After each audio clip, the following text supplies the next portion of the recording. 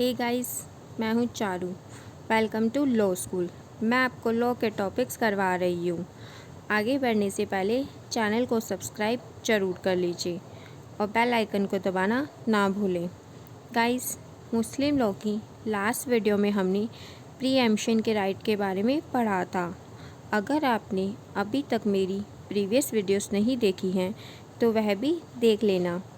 आप हमारा Telegram channel भी ज्वाइन कर सकते हैं, जिसका लिंक मैं डिस्क्रिप्शन बॉक्स में दे दूँगी। आज हम मुस्लिम लॉ में इनहेरिटेंस के राइट के बारे में पढ़ेंगे।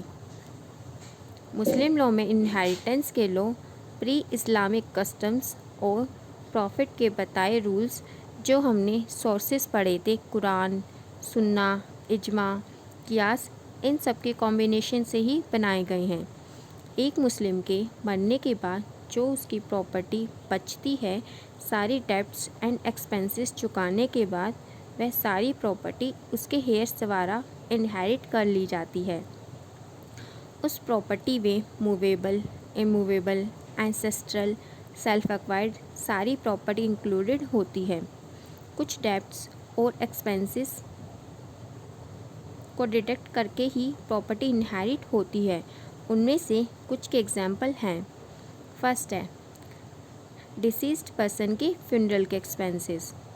सेकंड है लेटर ऑफ एडमिनिस्ट्रेशन या लेटर ऑफ प्रोबेट लेने के एक्सपेंसेस। थर्ड है जो उस डिसीज पर्सन ने सर्विसेज ली थी लास्ट 3 मंथ से, उन सभी सर्विसेज के एक्सपेंसेस जैसे नौकर की सैलरी एक्सेट्रा। फोर्थ है debts and legacies. General rules of inheritance.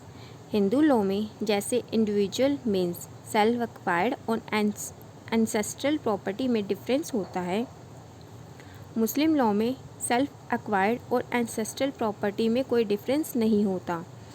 सभी प्रॉपर्टी जो भी किसी सक्सेसर ने इनहेरिट की है वह उसका एब्सोल्यूट ओनर बन जाता है। मुस्लिम लॉ में एक मुस्लिम की सारी प्रॉपर्टी जो भी उसने अपनी लाइफ में एक्वायर की है या इनहेरिट की है अपने एंसेस्ट्रल से, वह सारी प्रॉपर्टी उसके हेयर्स के द्वारा इनहेरिट कर ली जाती है उसके मरने के बाद। उसके बाद अगर कोई हेयर की डेथ हो जाती है तो उसकी प्रॉपर्टी और सेल्फ एक्वायर्ड प्रॉपर्टी फर्दर आगे के हेयर्स में डिस्ट्रीब्यूट होती जाएगी।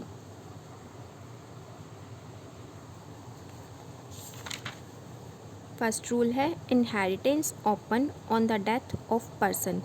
प्रॉपर्टी के इनहेरिटेंस का क्वेश्चन मुस्लिम लॉ में पर्सन के डेथ के बाद ही आता है। मुस्लिम लॉ में इनहेरिटेंस का right bye death of person arise होता है, बाय बर्थ नहीं।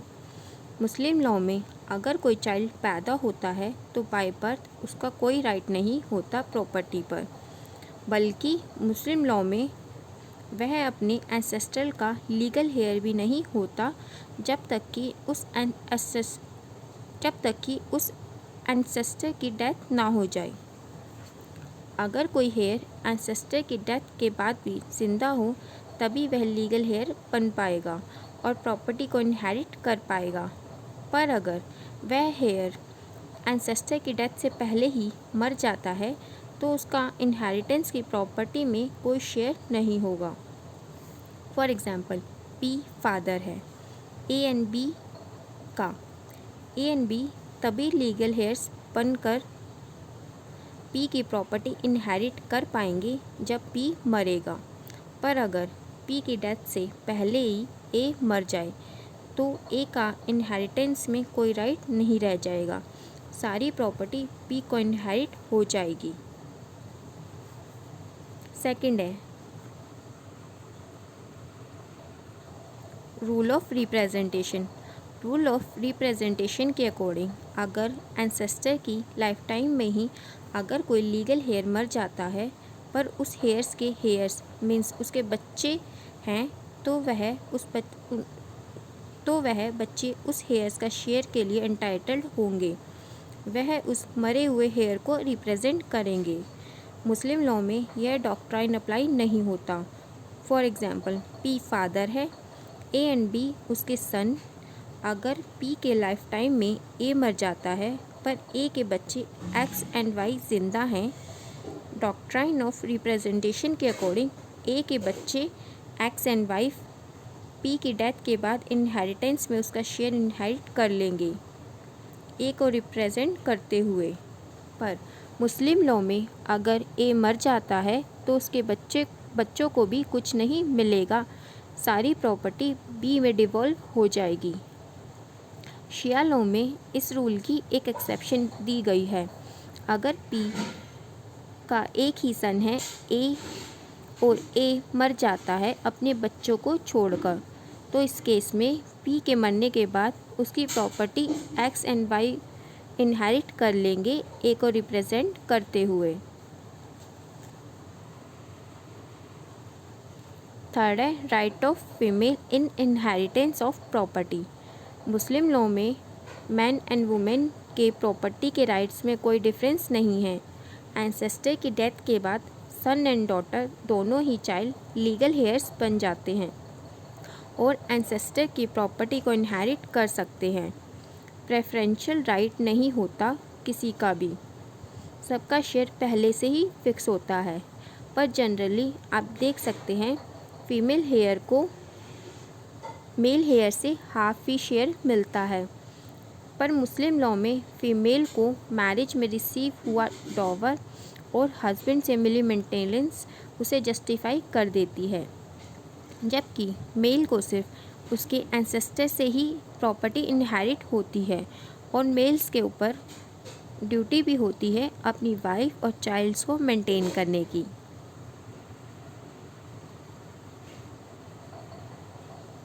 फोर्थ है right of inheritance of a child in womb. Muslim law में एक चाइल्ड इन वॉम तभी प्रॉपर्टी इनहेरिट कर सकता है अगर वह ज़िंदा पैदा हो तो। अगर वह मरा हुआ पैदा होता है तो उसे कोई इनहेरिटेंस का राइट नहीं होगा, उसे कोई इंटरेस्ट नहीं मिलेगा। ऐसा मान लिया जाता है जैसे वो था ही नहीं। सुन्नी लॉ में वह एंसेस्टर की डेथ के 6 मंथ्स के अंदर पैदा हो जाना चाहिए। शिया लॉ में वह लॉन्गर जेस्टेशन पीरियड जो कि 10 मंथ्स हैं उसमें पैदा हो जाना चाहिए। फिफ्थ है इस्टीट अंडर मुस्लिम लॉ।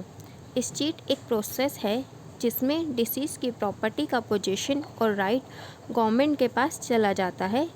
स्टेट या गवर्नमेंट तभी डिसीज़ की प्रॉपर्टी ले सकती है जब उसका कोई भी हेयर जिंदा ना हो या प्रेजेंट ना हो। ऐसी सिचुएशन में स्टेट हेयर्स का स्टेटस एंजॉय करती है डिसीज पर्सन के। गाइस आज के लिए इतना ही। अगर आपका कोई क्वेश्चन हो या कोई डाउट हो तो आप मुझसे कमेंट बॉक्स में पूछ सकते हैं। इनहेरिटेंस के बाकी रूल्स हम मुस्लिम लॉ की नेक्स्ट वीडियो में पढ़ेंगे। वीडियो अगर अच्छी लगी हो तो लाइक ज़रूर करना और अपने फ्रेंड्स के साथ शेयर करना मत भूलना। Thank you guys.